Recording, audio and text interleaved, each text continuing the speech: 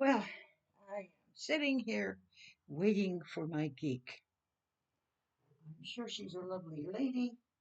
I spoke to her over the phone, but I wanted to take a few minutes to tell you that uh, some of the things I say, I don't say them to make you feel ashamed or make you feel bad. I say them because God's laid them on my heart, and somebody out there, even if it's one, needs to hear it.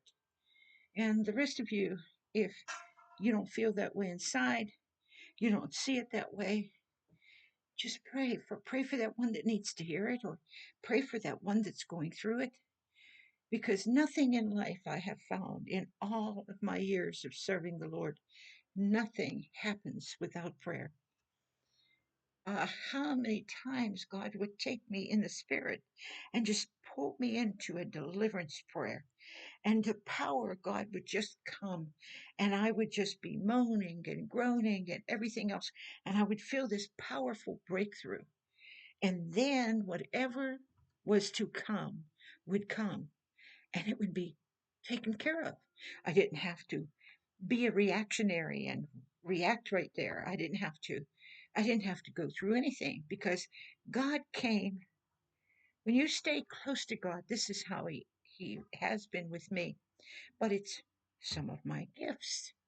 This is the way he gifted me. That when I know I'm going to go somewhere, I don't sit there and, oh, beg God and plead the blood and pray and bind demons and talk to them. I don't do any of that. All I do is look up, and I'll tell you, whatever I need will come pouring down on me, and it will pour upon my body, my mind, and my spirit, that I can walk anywhere. I could speak to anyone. I can do anything spontaneously. Because you see, I died a long time ago. Everything I thought and I felt and I wanted and I dreamed of and I had or I didn't have, all of those thoughts that I needed, and I just had to have this, and I would pine away for that. That was all gone. He slowly led me out of myself, just like he slowly healed my mind.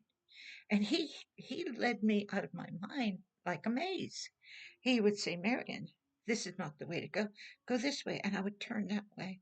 And I'd say, well, Marion, go straight for a while and then turn this way. And that's the way he led me whenever I had no memory, didn't know my name.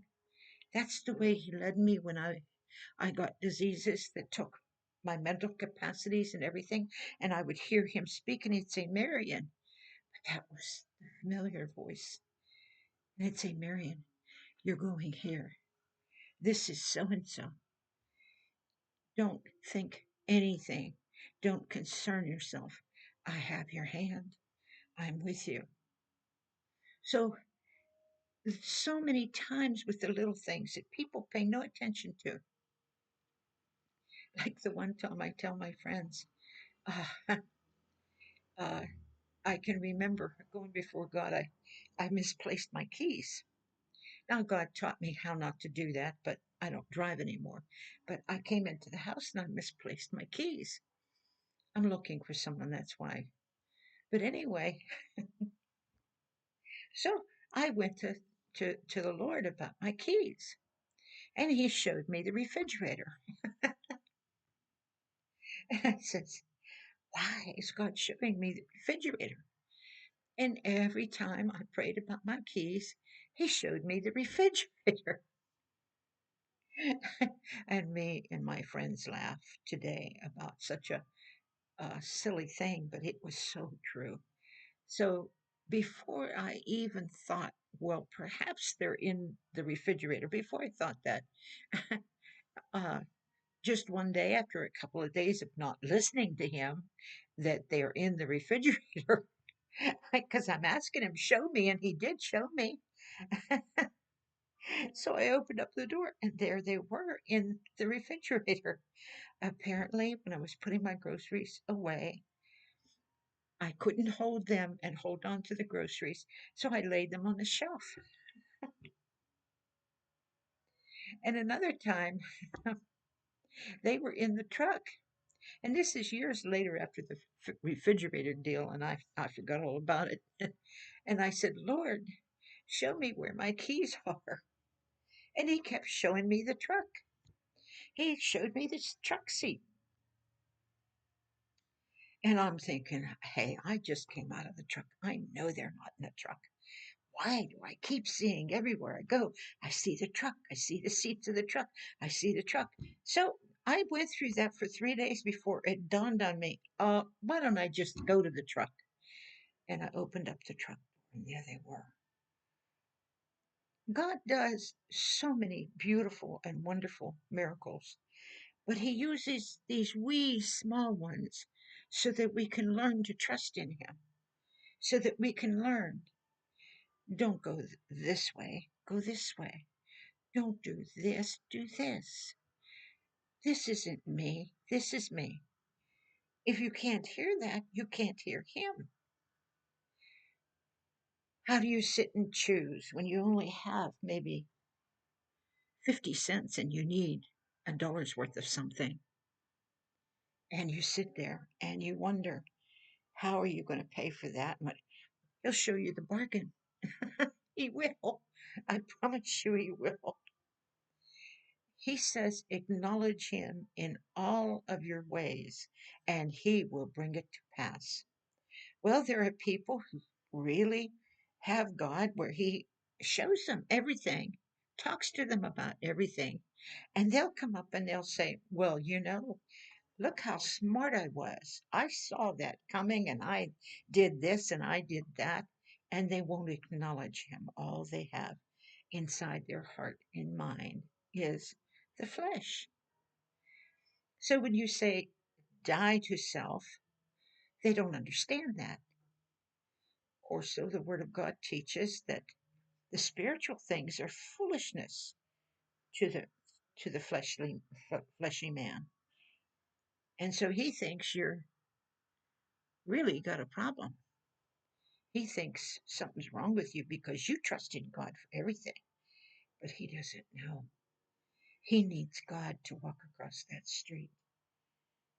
She doesn't know that she needs God to get up out of bed. They don't know that they need God for every step. They don't understand that the breath of life only God can give. And when they when he says, don't quench the spirit, you take what God says to you and you quench it. And if somebody else comes with faith, you quench it. You quench his spirit speaking. You literally grab a hold of it with your mouth and quench it. You stop it from speaking because faith is foolishness to you, which God says faith is to the natural man is foolishness. It is actually foolishness. So, but to the spiritual man, he knows. She knows. They understand. The other day I was speaking to someone, well, maybe it was yesterday, and I was telling them about what I was teaching on my uh, on my videos, and I talked to her a little bit about Adam and Eve and how God made them two separate people. How He took out of he took Adam out of the ground, and He took Eve out of his rib, but they were separate individuals. And right there in the word, it tells you that Eve had a walk with God because she spoke to him and he talked to her and she said, the, the, the serpent beguiled me and I did eat. So that tells you in the Garden of Eden, it wasn't just man talking to God. It was Eve also. The two of them had their own relationship in talking to God. It wasn't that they were separate from each other in that relationship, but they interacted with that relationship with him. I am positive Adam didn't say, you can't have God because I'm the man, and you have to come to God through me. And I'm positive that God didn't say to Eve, you can't have God because he's the man and you have to have me through him. That is not the way God created things from the beginning. There are times in the Bible where uh, Jesus would say, when he talked about marriage and stuff in a letter of divorcement, that if you were going to put her away, give her a letter of divorcement because that would set her free. She would be free to marry because it's all about adultery and fornication. And those are the only reasons that you have. Because otherwise, he tells you stay together because there's a reason for that. But it is amazing to me how they can't see what he said. He said, they says, well, Moses said this, and he said, it was not that way from the beginning. Because of the hardness of your heart, it was made this way. So it wasn't that God had no relationship with Eve from the beginning, but for the hardness of the heart of man that made himself everything, so much that he controlled everything, including God and his word. So when you go into Genesis and you take a good look, you will see that she did walk and talk with God. They both did because he made them two individuals who became one, but they were two. She had her own talk with God. It wasn't Adam that said, well, she this and she, he says she deceived me, but it wasn't Adam that told God the truth. She said the truth. She said, the serpent beguiled me and I did eat. People have no common sense nowadays, none whatsoever. And that makes life very difficult for everybody concerned because those without common sense are striving to prove to everybody that they have everything. They know everything. It wasn't until religion came upon the scene, different forms of it, different doctrines. Everybody posited they had the right thing. But the very core from the almost ancient times that was kept away from the people and hidden so you would never know the truth because they wanted to decide what those things said. They wanted to be able to tell you some of those writings should have been tossed in the deepest sea because of some of those writings teach some of those religions that Jesus is Satan and Satan is Jesus. And religions of today are right out in the open. They have their temples everywhere. And they lure you in by causing you to curse yourself if you ever say anything about what happened in the meeting.